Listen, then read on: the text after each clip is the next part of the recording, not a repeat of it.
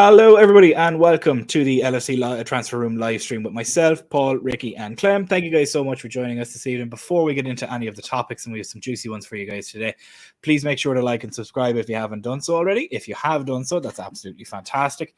We hope that you enjoy your stay. If you have subscribed and liked already, please make sure to have your notifications bell on for all future streams and videos so that you never miss out on any of the future streams or videos that will be coming out. We'll be live again from tomorrow at 7:30 p.m. UK time, and we'll be live again on Sunday. Sadly, there is no games this week, so it's been a bit of a boring week for us. Not looking forward to any games, unfortunately. But tomorrow week, I believe, if my memory serves correct, not tomorrow week, Sunday week, is when we'll be back again facing Brighton in the Premier League following the international break. Thankfully, not a 12:30 kickoff on a Saturday.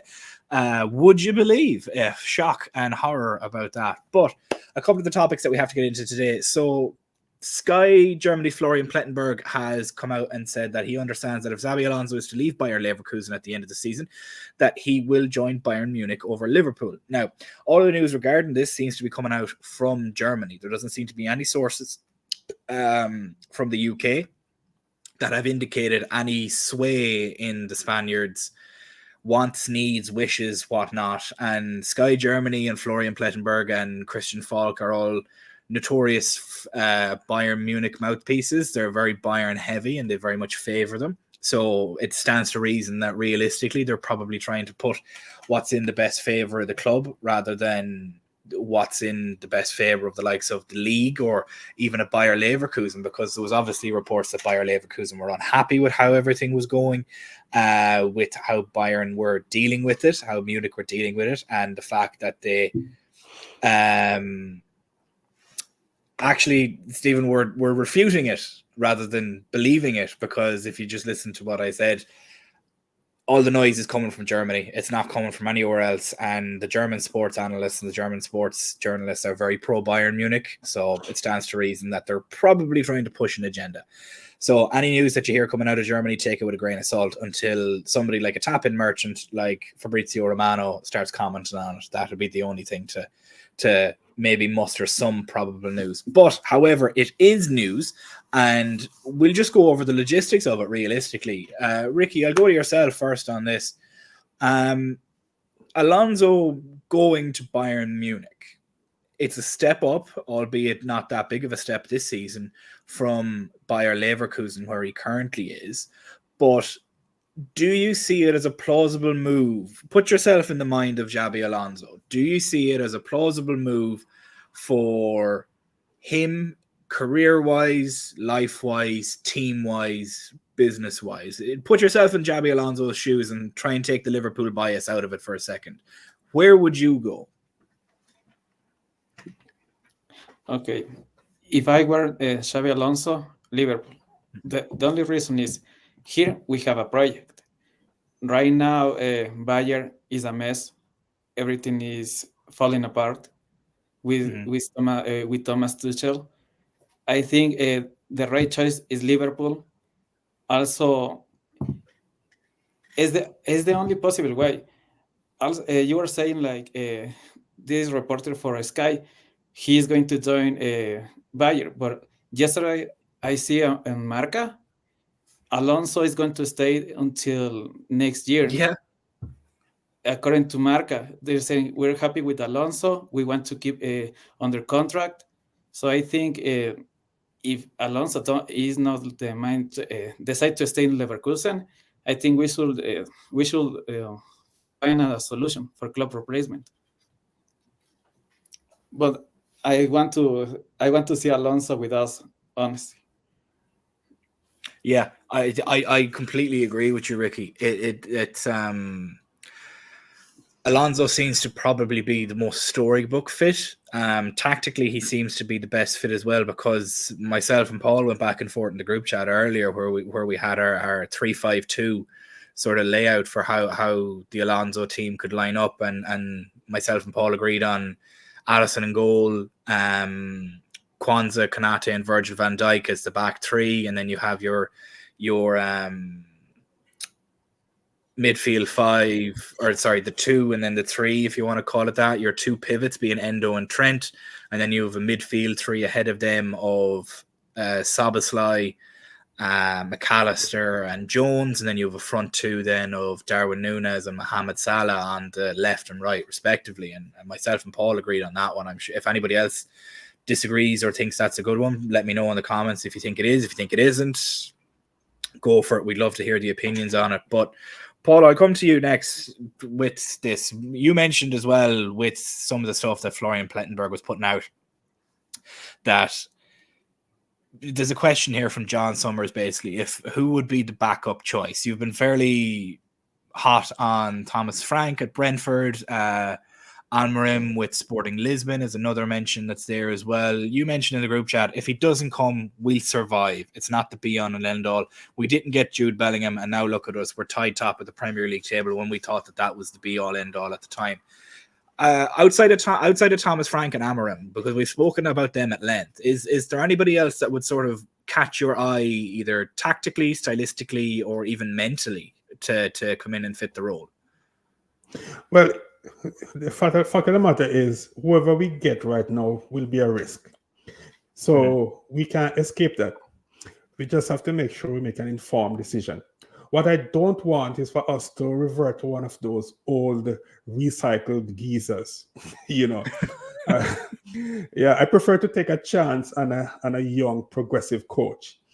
I don't want to go back to people like Jose Mourinho or people of that ilk or that era. So yes, we all want Xabi, but as I keep on saying, I think we will be successful because I have a lot of faith in Michael Edwards and his team. So it's just a matter of time. It would be nice if we know very early in the piece, or at least if they know if we are getting him or not, so they can start their planning. We're talking about the report coming out of Germany. I tend to disregard those kind of reports, this early, because we are in the age of social media where these journalists actually make money by clicks, right? So especially when it's slow like it is right now, they make money by finding stories to put out there to get people to be talking about them. So we're actually making money for them by talking about it right now. But that is the way of the world. So I'm not too concerned, As it relates to who is a backup or a second choice, I have to admit that even though I'd like Thomas Frank, but over the last couple of weeks, his stock has been falling, even in my own eyes, because his team was strengthened with the arrival or the emergence of Ivan Toney, but they seem to be getting worse. So I don't know if his tactics is the problem.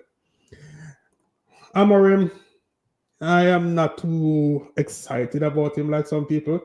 I don't think he has done anything yet to prove that he can manage a club of Liverpool size. Yes, he has won one championship, but that league, is a league where, I don't know, it's nowhere close to the Premier League, even the Bundesliga for that matter. So obviously we'd have to go somewhere left field to get somebody. So, and this is where it's difficult.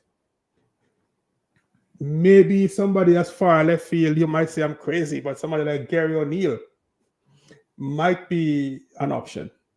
Yes, he has no experience running a big club like ours, but the guy has done wonders with Wolves with very little talent.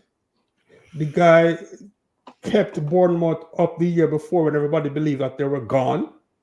So, plus I think he used to coach in the Liverpool youth setup. Correct me if I'm wrong, but he was associated with us somewhere along the line. Yes. So, is it too outrageous for us to give a young progressive coach like that a chance?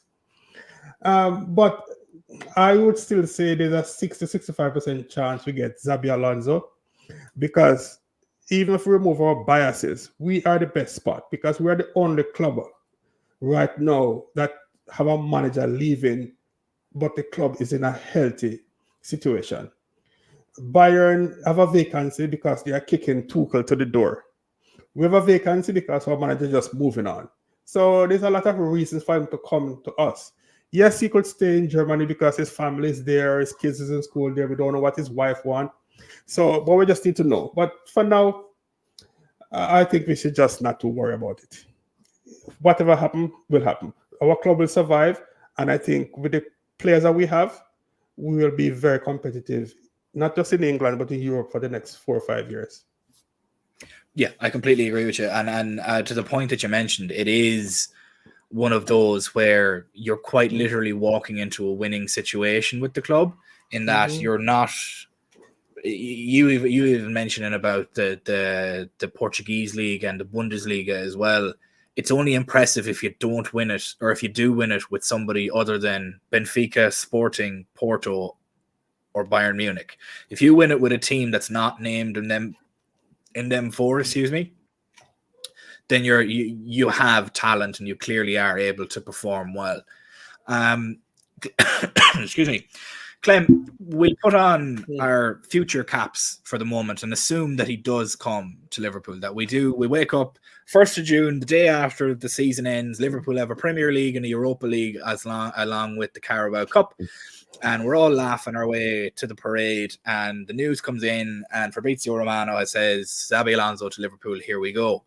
The first time I think he'd ever do it for a manager, given the magnitude of the situation. So, the question that comes in here from Black Dragon Ninja: what play style would he play at Liverpool? Would it be pressing like Klopp, more possession-based, passing like Pep, or will he be more of a counter-attacking football? Have you watched much of him at Bayer Leverkusen at the moment? Because he kind of seems to meld an awful lot of different tactics in the one go. What do you think? Yeah, you're spot on, and that's why I love this option.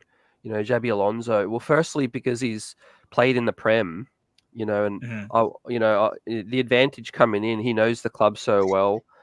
He knows the fans and the expectations as well. That's the biggest thing. I think no matter how successful any manager is around the world, like the Amorims and etc., until they're sitting in that seat at Anfield in a pressure game, they're not going to know what hits them, because there's nothing like it, and especially if we win the league this season or we get close, the pressure next season is going to be there. And I think Alonso's shown that he can make the most out of less resources. And not only that, but he's, absolutely killed, the giants of Germany. So that's why everyone's so underwhelmed. Well, most people are underwhelmed of any second choice, because this guy is clear cut. And to the point you made about the play styles, I think any manager coming in, for me, I need them to be adaptable. In fact, some of the detractors or some of the knocks on Klopp that people say is they feel like, it's a lot of one thing. And bringing in a guy who can mold his own style with the current team as well is exciting for me. Yeah. Now, I'm not too much of a fan of 3 at the back. That's just me. I've always been more of a traditional 4 at the back. But I do like, if we are going 3 at the back, I agree with Paul and yourself about that. I think that's a good lineup. Yeah, the lineup being the forgive me, Kwanzaa, Virgil van Dijk and Konate in that order from left to right across the back 3, with Virgil being able to sit in the middle, which I think myself would actually elongate his career, because he can be your, in basketball terms, your center who doesn't necessarily have to move and can just sit there and protect the paint, so to speak. And you have your younger guys in Konate and you have Kwanzaa on his right and left respectively, that would be able to use their legs and use their speed like a power forward and a small forward would, just to be a little bit nippier, and Virgil can conduct the defense from that point, which I think would actually benefit his career massively, especially in the twilight stages that it's entering at the moment. But it's something that's going to be in the news for the next God knows how many weeks, until we get a manager. Basically, I'm going to change my camera over here because I keep looking on the wrong spot. Until we get the new manager in, basically, it's just going to be constant. It's not going to stop, unfortunately. But it is stuff that we will be reporting on, and we'll keep everybody up to date on it. And we see a number of people coming in saying that there'll be possession-based, fast transition football, which is quite similar to what we have now in given instances. And Tina mentions here as well that he'd be a combination of Klopp and Pep, which That would be good. realistically, you can't really ask for much better in the current climate, can you? But it's oh boy, not him mentions he's the best upcoming manager. I don't see anybody else close to him. And he mentions here as well about him it having maybe some Jude Bellingham situation about it. Here's why I don't think that'll happen. And anybody on the panel or the comments, feel free to correct me if you think I'm wrong. But the reason I don't think that will happen is the Real Madrid job will be there in 5-10 years' time. The Bayern Munich job will be there in 5-10 years' time. I could go and manage Real Madrid and win the Champions League. They are quite literally that stacked. Similarly to how I could go and manage PSG and win Liga. Probably still couldn't win the Champions League, but it was the first time for everything. But it's not very much similar to what Ricky mentioned earlier on, where and Paul mentioned as well, where Liverpool is quite literally the ready-made team for any manager to come in and put their own specific stamp on it. Now, you could say Real Madrid are a ready-made team. Ricky mentioned Bayern Munich are up in arms at the moment. They're a shambles of the team that they used to be. But I can't see anybody other than him, myself, sat on the Anfield sideline or over in the US during the preseason tour that hopefully some of our US fans and hosts and guests will be able to get to that are over that side of the world. But this is going to be the roller coaster of a ride. This is Jude Bellingham 2.0, and this is going to be so much fun. So get ready for tweets from all over the place, especially as the season winds down. Then it's going to be absolutely nuts. But we are going to move on to our next topic, funnily enough, also involving Real Madrid. But before we get into that, please make sure to like and subscribe if you haven't done so already, and make sure that you have your notification bell on for all future streams and videos so that you never miss out on any of our future videos. Now, with Real Madrid hot on the mind, they've been linked with Trent Alexander-Arnold. Now, Real Madrid are reportedly considering a move for Trent Alexander-Arnold as they look to keep an eye on him. And his contract situation, he currently has about 18 months left. It's due to expire in summer 2025.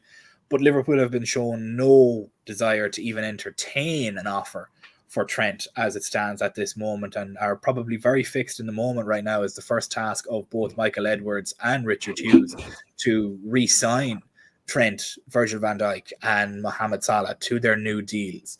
Trent was quoted in 2018 as saying, and I have it here, "There's nowhere else I'd rather be than Liverpool. Somewhere I want to stay for the rest of my career is Liverpool." Now, let's play devil's advocate. I'll start with yourself, Paul, on this one. Is there a price that would make your ears perk for Trent, or is he an untouchable asset?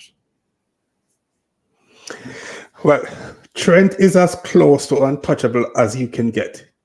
But having said that, there is nobody that is untouchable for the right price. Mm-hmm. Just that it would take a hell of a price to get me interested in selling Trent.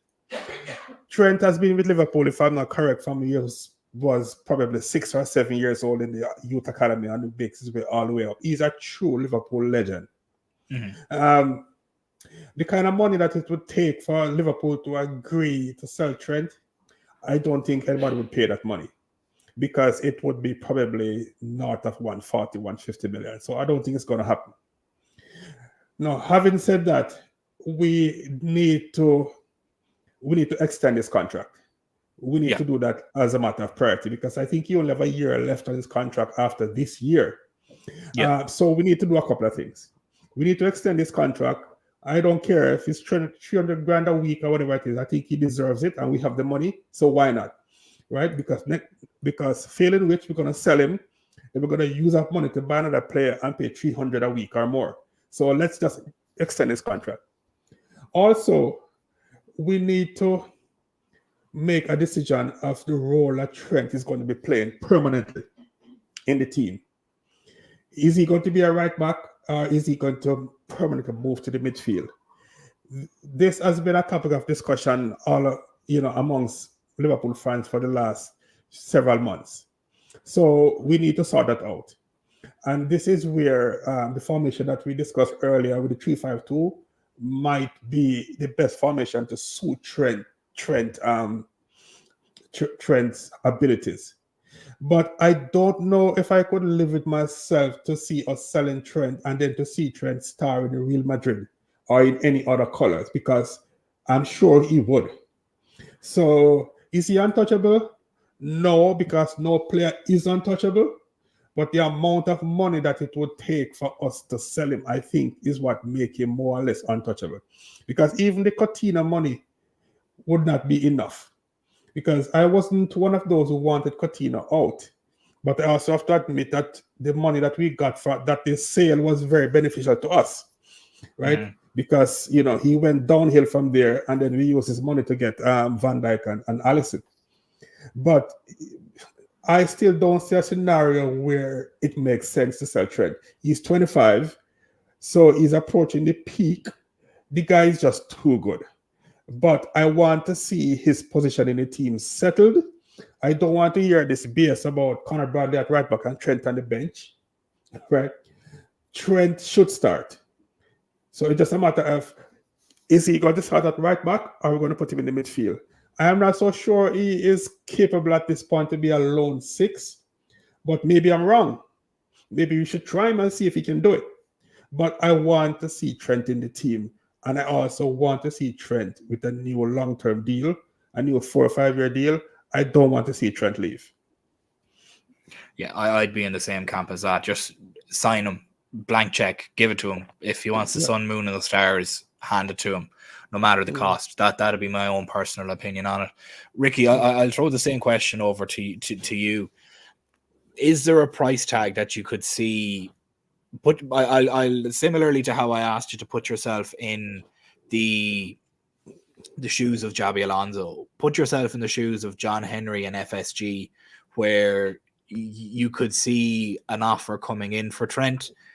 Is there one that would make you want to sell him and reinvest into the club? Or is he one of your untouchable assets and you'd rather sell other players on the team, if that makes sense? I think it's going to I'm going to take like William Henry, because he only cares about the money. Let's be honest. I will try to keep Trent. He's a legend. He was saying today, like, Real Madrid want to see him, want me, they can see him, they can. Also, he was saying like he could play in FIFA for Real Madrid, but he's a legend. And I want to keep Trent. The only way I can see Trent leaving is Real Madrid give us Bellingham and Valverde plus money. That's the only way.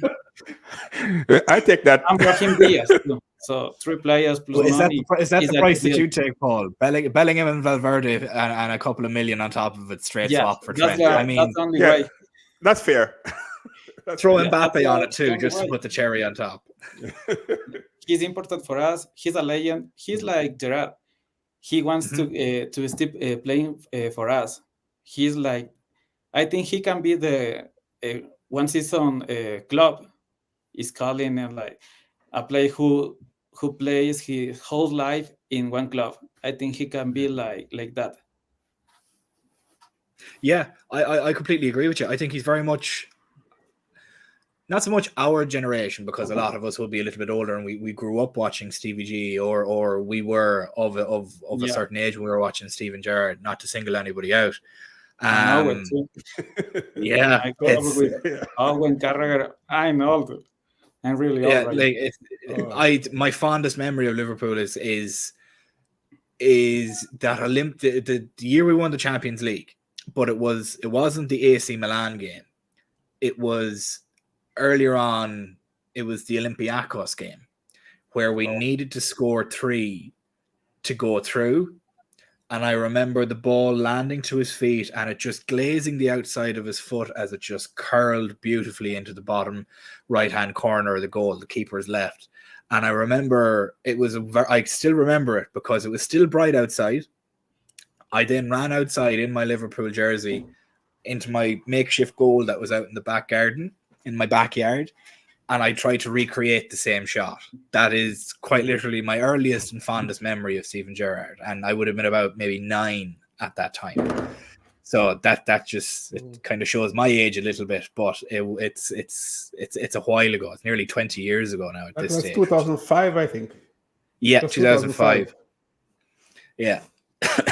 So like, and similarly to what happened this year, Clem, you could very much see Trent kind of take the team by its throat, so to speak. The Fulham game where it ended 4-3 was kind of very Steven Gerrard-esque in that Trent took that game by the throat and said, Liverpool will not lose this game. First of all, with his free kick, and then second of all, with the game-winning goal in the 87th minute. So it's very much he's this generation's Steven Gerrard. And a fun fact for you as well, he's now older than Steven Gerrard was when he captained Liverpool at the 2005 Champions League final. So that'll tell you. And with the Real Madrid rumours and where you see here was saying about his besties playing for Real Madrid, your best friend can play for whoever. But if your boyhood club has the possibility of you being a captain in the next 1 to 2 years, you take that. And Clem, I'll throw the question that I've given to Ricky and Paul as well to yourself. Put yourself in FSG's shoes. We know that they're a sell to buy type of business people. They love their Moneyball outlook on things and how they go about things. But surely they know that in this game there are untouchable assets that can be with you for quite a long time. Is Trent one of them to you? Put your FSG hat on and speak to me about it. Yeah, I mean, obviously we're speaking from the fans' perspective, but you would think that they would see the same value in the football side in terms of what he brings, in terms of eyes, interest. He's a young star in England, around the world. You know, to me, the Real Madrid links, it's just more flattering, you know, that a club, and the word I'll use is monitoring. You know, that's like the equivalent of me pulling up, you know, a dating app and just swiping on all the most attractive people. You know, of course, you know, they're going to want a Trent Alexander-Arnold, but as we've talked about off air, it's just clicks for the media in this international break. Trent's going nowhere, in my opinion. I think maybe it's some work behind the scenes with his agent saying, hey, like, I'm a future captain. You know, we're turning over a new leaf at the club. It's time to come with some money. You know, it's time to come and make me, you know, the you know, if not the star, one of the stars paid wise of the club. You know, and I'm here to stay. So I think it'll get sorted. It'll get done. And what you said earlier about Trent changing the game is he's mercurial. You know, like they call the boot. Funnily, you know, the Nike boot, but he's with Adidas. But Trent changes the game in so many ways. We could have used him against United. Could have used him against, you know, some of those games that we drew. City, of course. Connor Bradley, you know, there's been so much hype and rightfully so, but there's still that aspect of Trent being able to play that ball and change the game with his shooting. Got us the draw at City. And like Paul said, you know, consistency is the next thing. I want to add this point too. I really think Klopp leaving, you know, can't be understated among the players' minds, because as much as playing for Liverpool is a draw, for the younger generation, it seems like they really value highly the idea of playing for Klopp. You know, and it's like any job you've had, when your favorite manager or you know, a manager that you have a great relationship with leaves, suddenly you start to think like, I might leave this job, you know, because people don't stay in jobs. They stay with managers. So I'd love to hear what you guys think about whether Klopp leaving has really changed the mindset of any players, current or future players. Well, if I may just jump in there, Stephen. Yeah, go for it, Paul.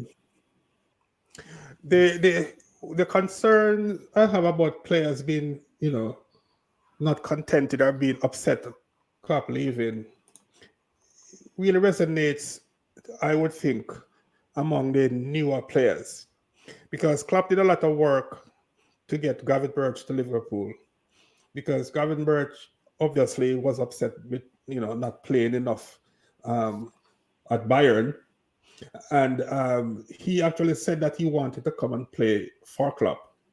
So players like him and maybe Cody and even Szoboszlai, these are the players who more than likely would have other choices, other options, but come because they wanted to play for Klopp. So with less than a year into what those guys' career at Liverpool, they hear that the manager's leaving. It must be a little bit difficult. But having said that, Klopp will leave, yes, but Anfield is going nowhere. The crowds in the cup end shouting your name, newness, that is going nowhere. So yes, there's always disappointment, but I don't see a player decide to leave the club just because the gaffer is leaving. There were talk that maybe Van Dijk may want to leave because Klopp is leaving. Leave and go to where? Where is he going to go right now? He's 32? Where's he going to go at this stage of his career where he will be loved so much by the fans, where he can finish his career on top? Not many places. So I'm not too worried about the players not wanting to stay because Klopp is leaving. What I would like to get Steve's opinion on, though, is as it relates to Trent, what would you do if you get 120 million? But most importantly, how would you set up the team going forward to accommodate Trent if we all believe that he has to play? It depends on your formation. So is this under the assumption that Xabi Alonso will come in and we'll change to the 3-5-2, or under the assumption that we'll still play in the 4-3-3? What would you do if you were the manager? That's what I'm asking. Okay, so to best utilize Trent, I'm not selling him. He's untouchable. He's going nowhere. I don't care. People can disagree with me and everything, but Trent's not going anywhere. Trent, I seen a question come up here. Sell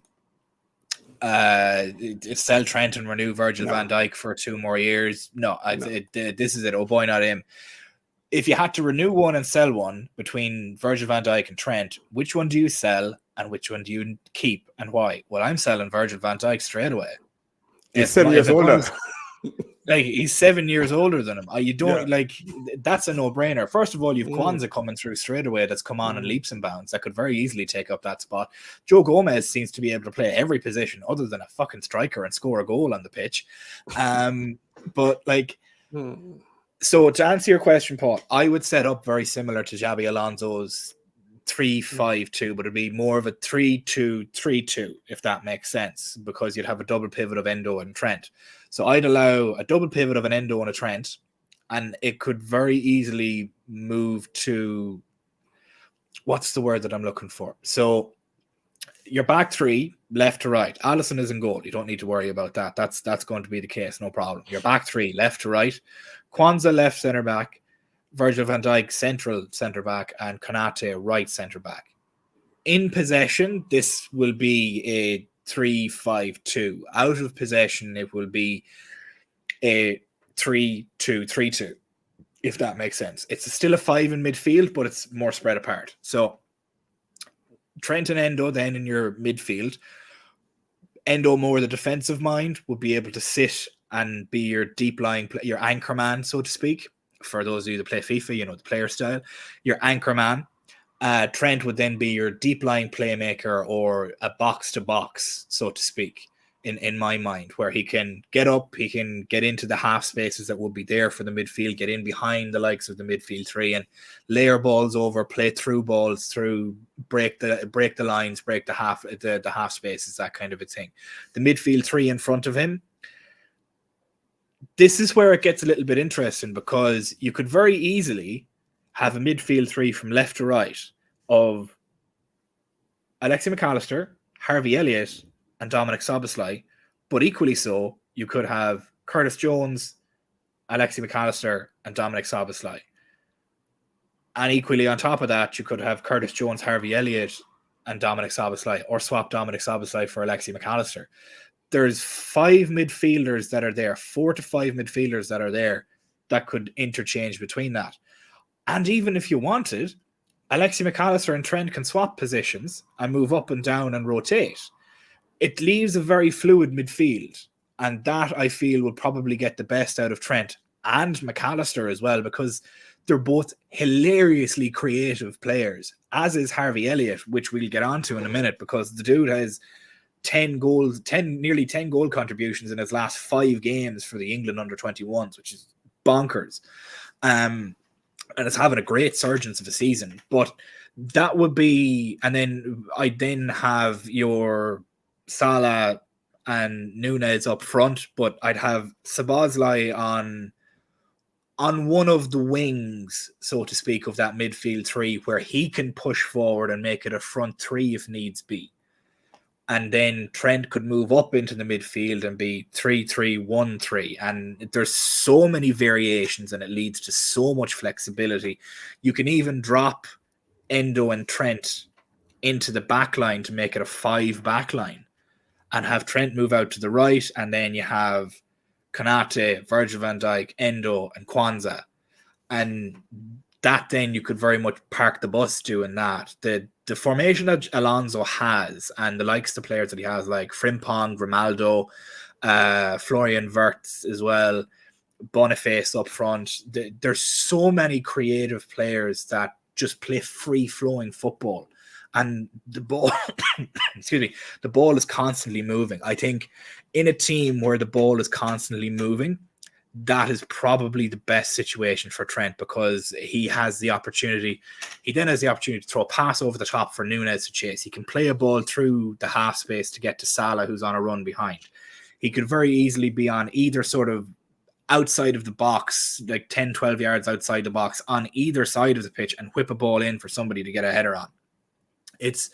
He would end up being a better midfielder than most in the Premier League. I think he would end up, when it's all said and done, rivaling the likes of your Frank Lampards, your Steven Gerrards, your Paul Scholes, your I was going to say Virgil van Dijk, not Virgil van Dijk. It's the country beside him, Kevin De Bruyne, Bernardo Silva. It's those kind of players that are maestros in the midfield. I think that would probably be the best situation for Trent, is moving to that 3-5-2. You don't seem to agree with me.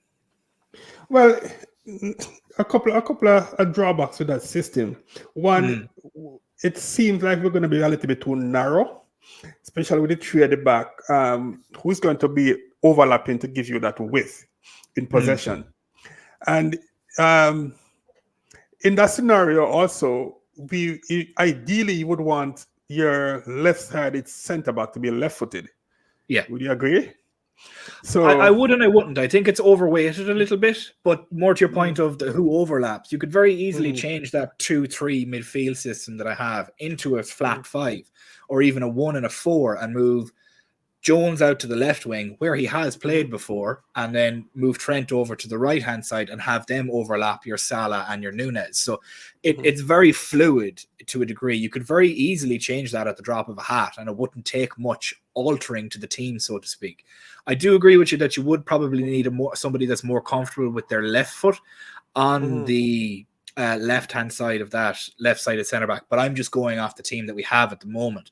If I could at all, we'd get the likes of an Inacio or a Piero Hincapié or somebody that could come in there, because then if you wanted to turn it into a flat back 4, they can move out and play a left back, and Trent can move back into his right back position, and then you have a 4-3-2, a 4-4-2 then at that point if you wanted it that way. So I think that formation leaves it open to so much tactical flexibility that I think it can cross off any sort of a issue, so to speak. As you said, you need somebody to overlap. Cool. Make that midfield a 1 and a 4, and then have Trent and Curtis on the outside to overlap over the top.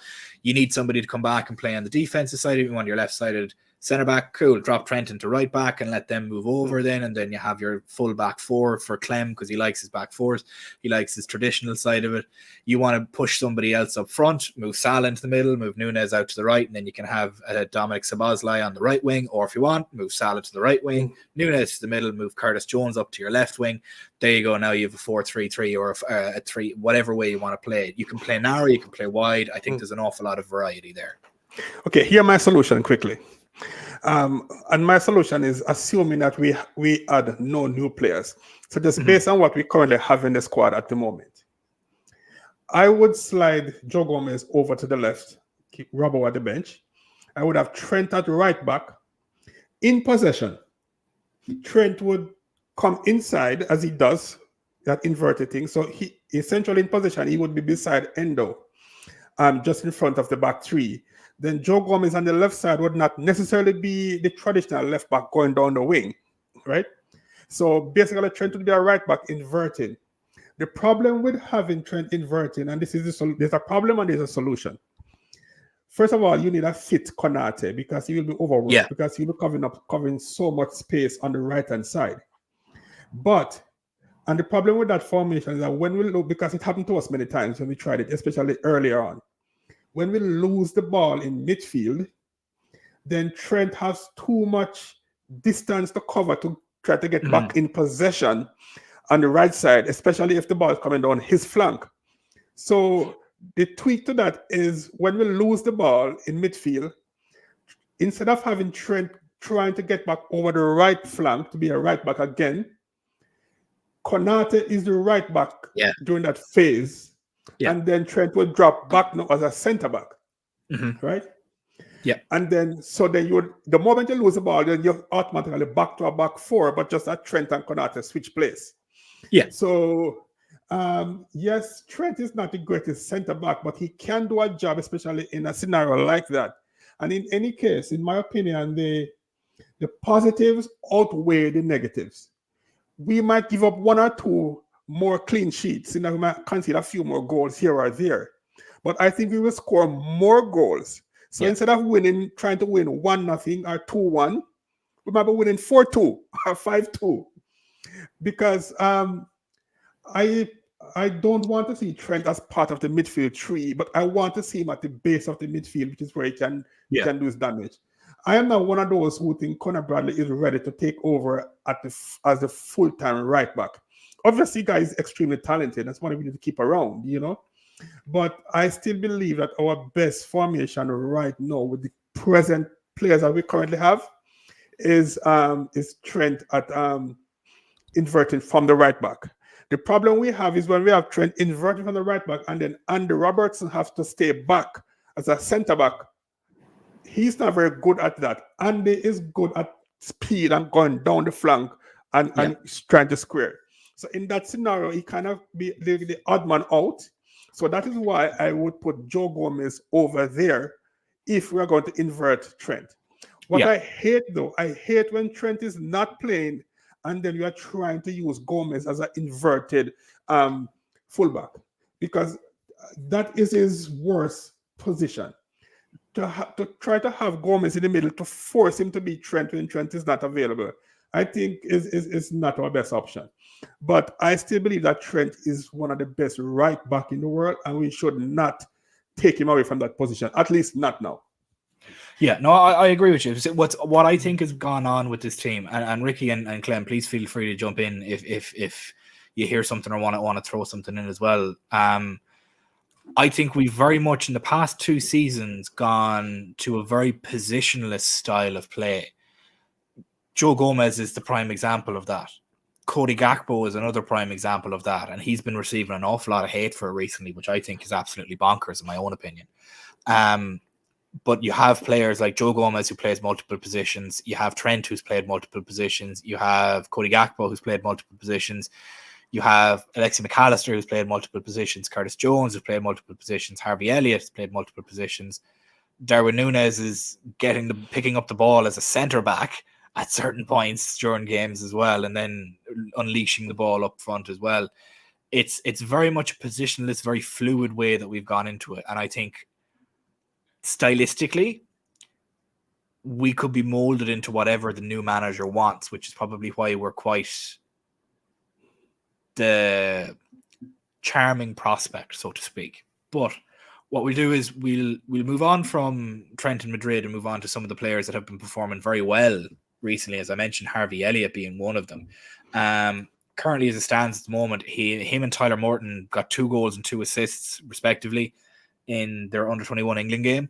It's just been absolutely fantastic to see these young guys come on and really grow. And Clem, realistically, without them, I think this season would have been lost.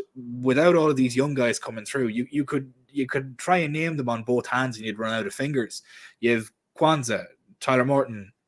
Obviously, he's on loan at the moment, but Curtis Jones has come through. You have Harvey Elliott. You have Connor Bradley, who's been immense. He's 24, but you can call him a youngster. Caoimhín Kelleher's come on and done a massive job. Joe Gomez, it's the fringe players and the unexpected players, a bag of misfit toys that seems to have come out and just absolutely saved our season so far, and not really enough has been said about them. But Harvey Elliott seems to... I'll throw this question to you. If Alonso is to come in, do you think that would be beneficial to the likes of a Harvey Elliott, considering how he's progressed this season, and you move him into that 10 role to sit behind a Núñez and a Salah? Would that massively benefit him, or do you feel he'd be better positioned somewhere else on that pitch? Well, yeah, I do think Harvey is going to thrive under a guy like Alonso.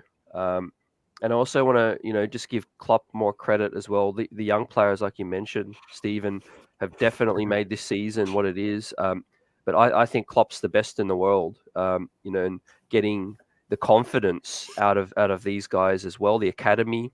But yeah, a guy like Alonso, who's, a decorated player, I think is going to get the best out of a guy like Harvey Elliott. For me, I'm still torn in terms of I like to see Harvey be tried on the wing, but I also think his best position is probably as a forward midfielder, and I love his shot. And even if it's deflected, it's strong enough to get, in the back of the net. I love his attacking flair, his ability to take on a defender at his age. That's something I always love in a player. Don't be scared. Force the defender, run at them, and make something happen. And usually it does. Whether it bobbles off a defender's foot, falls in the lap of a striker or something. And a piggyback off Paul and your point, I think we're a little bit too defensive, and I love to see us be a little bit more attacking. And as Paul said, if it's 4-2, 5-3, I think we are one of the best defenses in the Prem in terms of goals conceded. So I think we have a little bit of leniency to move the other way and try to score more goals. And I think, Harvey Elliott is key to that. But what's funny is you say that about us being the best defense in the league. One of them, Arsenal, has the least goals against. I think ours is 23 and theirs is 22. There's maybe 1 or 2 in the difference. I can't remember.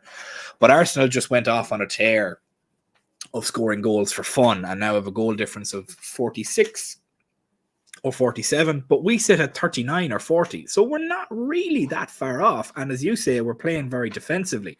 So if we decide to uncork a little bit in the latter part of this season now, in the final leg of it, there's times where we could have beaten teams 4 or 5-0. Just sometimes we just weren't clinical enough and we just didn't finish. And the FA Cup game against United was a prime example of that, unfortunately. But we won't dig up any open wounds as it is at the moment. But Ricky, I'll throw the same question over to yourself.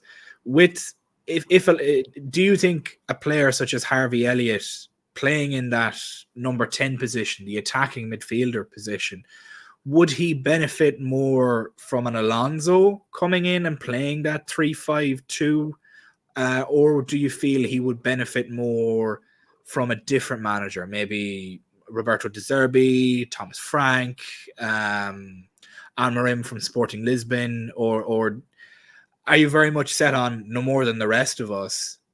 It's Alonso or nothing at this moment. Yeah, it's Alonso or nothing, to be honest. but let's be honest. If a manager asks you, you need to play as striker, you need to play. Just remember Milner, he was playing different positions. Mhm. I think Elliot has a lot of talent, let's be honest. I think he can be a changer game, but is the manager he's going to say you need to play in this position? I think he can improve play in different positions like everyone, like Joe Gomez. I think it's going to be. I think if a manager is going to say, "Oh, play like in this role," some fans are going to say, "Oh, he's not good enough." Just look, people is abusing Cody.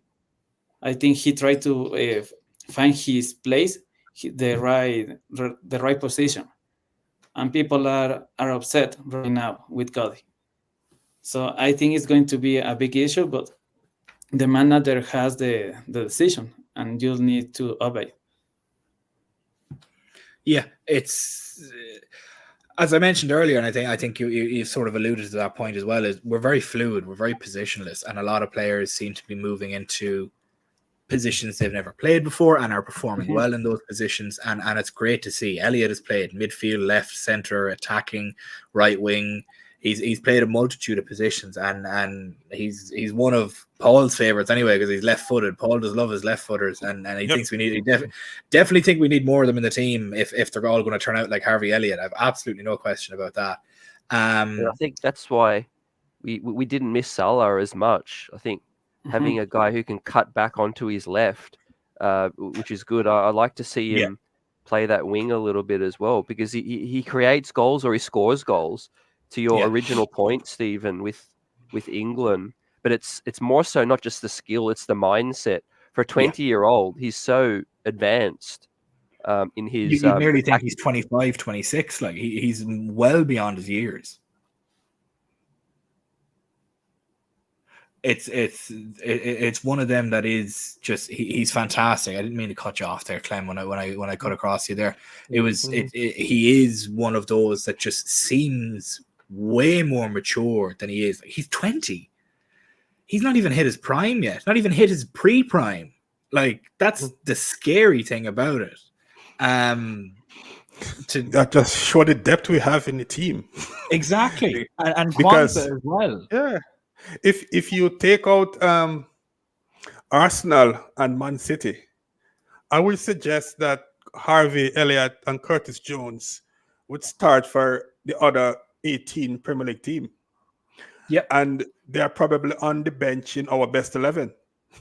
So that just goes to prove, the kind of talent that we have. Not only talent, but young talent. So I don't see why a coach like Xabi would get this opportunity and turn it down.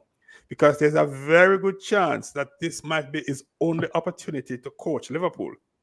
Yeah. Because if he says, no, you know what, you don't want to follow Klopp, you want to wait until a couple of years, we may never go back to him because there may never be another vacancy.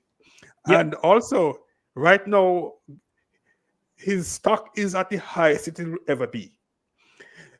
If he stays for another year in Leverkusen, Bayern is going to bounce back and probably might win next year. So maybe, maybe he might not be as wanted next year. You just never know. So I don't know. I think he needs to come. I do as well. And it's something that was mentioned earlier is, sure, he goes and stays at Leverkusen. Bayern Munich bounce back. They'll just go and poach every other team for their best player. And there's not a lot that you can really do about it. They're Bayern Munich. Similarly to Real Madrid. And somebody made the point earlier in the stream of, well, what if he comes to Liverpool and tanks and then doesn't get the likes of the Real Madrid job or the Bayern Munich job? And to counter that point, have you seen the managers that Bayern Munich have been hiring? First of all, and all it would take was a Bundesliga win or two and he'd be in for the Real Madrid job straight away. As I said, I could win La Liga with Real Madrid. I could win the Champions League with Real Madrid, and that's not even on FIFA. I just don't have to do anything. They're similarly, you could win the Bundesliga with Bayern. they're the easy routes. And I think somebody mentioned it earlier. I could seen it on Twitter. I can't remember who said it. I don't know if it was David Ornstein or if it was James Pearce or Neil Jones or somebody like that basically said that the club know that following Klopp is an impossible task. But any manager that is hesitant to do so because of following Klopp is not somebody they want. They want somebody with, in quotation marks, a pair of balls on them that will want to come in and try and stamp their own team into this, which is exactly the mentality you should be looking for, which is fantastic. It's going to be a very, very, very interesting few months to go until the end of the season. We have, how many home games do we have left? I think there's like 10. Is that including about, Europa? I think we have 10 games left in the Premier League, I think. Yeah. And I'm pretty sure we have 6 at home and 4 away, something like that. I'm going to have a look here now. So Yeah, we've Everton away, we've Brighton at home, Sheffield at home, Atalanta at home. So Brighton, Sheffield, Atalanta, Palace, which is a game I'll be going to, and then we have Spurs and Wolves. So we have 6 more home games. 8 if you include 7 if you include the semi-finals of the Europa League, provided we get there. You'd hope that we would, but there's 7 home games left and 7 games left of Jurgen Klopp at Anfield. So let's cherish them while we have them, because God above, if he's not made us all believers again, and an awful emotional bunch. I suppose you can nearly count the Europa League final in Dublin as a home game too. Speaking of Dublin, Paul Golding asked a question here. You have a ticket? I may have a ticket. I don't know yet, but it may cost me an arm and a leg, but it's an arm and a leg I'll happily give up.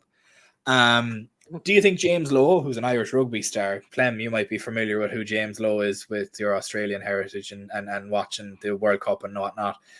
James Lowe, who's an Irish rugby star, and Darwin Núñez seem to be brothers from a different mother.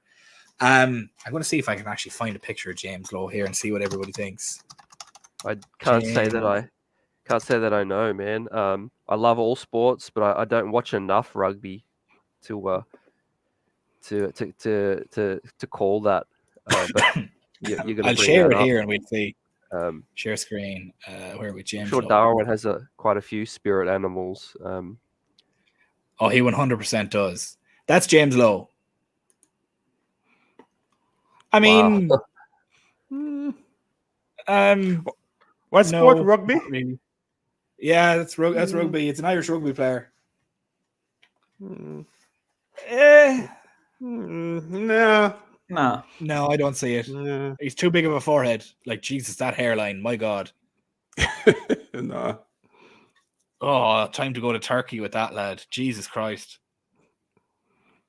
No, James Lowe is a fantastic rugby player. Don't get me wrong, but I unfortunately, Paul, I don't think he's he's a Darwin Núñez lookalike. I'm afraid maybe it's just with the ponytail, but no, I don't think so. Unfortunately, but ladies, gentlemen, boys and girls, thank you guys so much for joining us on this Friday evening, Friday afternoon, or Friday night, wherever you may find yourself in the world.